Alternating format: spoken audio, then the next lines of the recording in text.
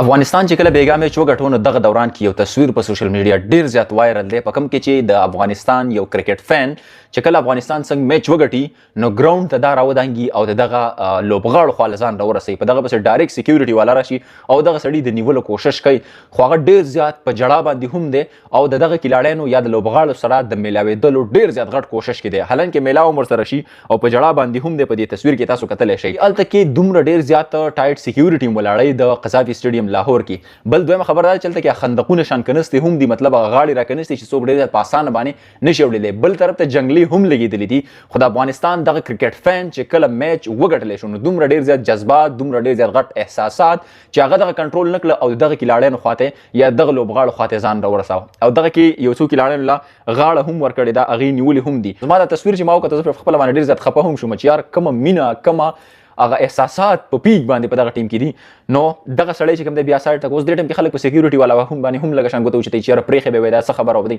ګوره دا دیو ذمہواری دی یو قسم لا په دې کې څوک هم لکه د کرکټ فین په شکل کې څوک هم راتلی شي الله مکه کلاړي ته یا لوبغاړي ته نقصان ورسي زیان ورته ورسي نو دی بیا څوک ذمہواری د دې نو بیا تاسو کی کنه نو خیر خو د کرکټ فین چې سم لیونی کرکټ فین وزانه ولر رسول دا ګوره د افغانانو هغه مینه د کرکټ سره د خپل لوبغاړو سره چې هغه ته ورکي او دا غي نتیجه افغانان کلاړین هم خپل دغه مینوال لګوري ورکي او خو پوره برپور کوشش کوي ګوره د افغانستان لوبډله چې کوم دی د استرالیا لوبډلې ته وګوره او د افغانستان لوبډلې ته د استرالیا او سوري د انګلند لوبډلې ته وګوره او د افغانستان لوبډلې ته وګوره دې کې ډیر زیات غټ فرق دی لکه مطلب یو خو مطلب د جذباتو خبرې چې نو ولې څه فرق دی دا خبره نه کوم ګوره دا غو تاریخ د کرکټ هغه ایجاد کړی دی نو دې کې ډیر غټ فرق دی نو بیا چې داسې ټیم ته ماته ورکول دا ګوره ډیر زیاته د زړورتیا خبره هم ده او بل دویم خبر دا چې غټ ایکسپیرینس د افغانستان لوبډله کې تاسو ګورئ هغه کې غټ ایکسپیرینس ورسره پروت دی نو دا خبره ده چې دغه وجه باندې افغانان چې کوم مینوال دي کرکټ نه ډیر زیاته مینه لري د خپل لوبډلې سره نو دغه یو تصویر ما په سوشل میډیا ډیر زیات کتو ما چې په دې باندې ویډیو کومه زه په خپل ډیر زیات خپه کړی هم ما خو بهر حال ډیر غټه مینه پکې ده خپل رائے را سره کوم شامل کې ان شاء الله ملایو ویډیو کې تر هغه وخت پورې ما به تر شته راځي د الله پامان